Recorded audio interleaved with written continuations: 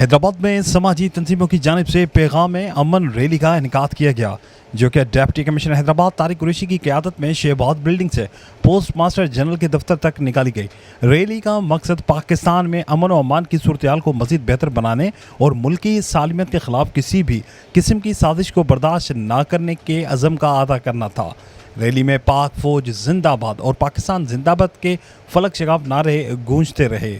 Rally میں additional deputy commissioner Hyderabad Mahwish Ejaz, assistant commissioner تعلقہ Qasim Abdul Wahid Chana, assistant commissioner تعلقہ دیہی Anees Ahmed, assistant commissioner Latifabad Saud Baloch اور دیگر سماجی کارکنان اور نوجوانوں نے بڑی تعداد میں شرکت کی۔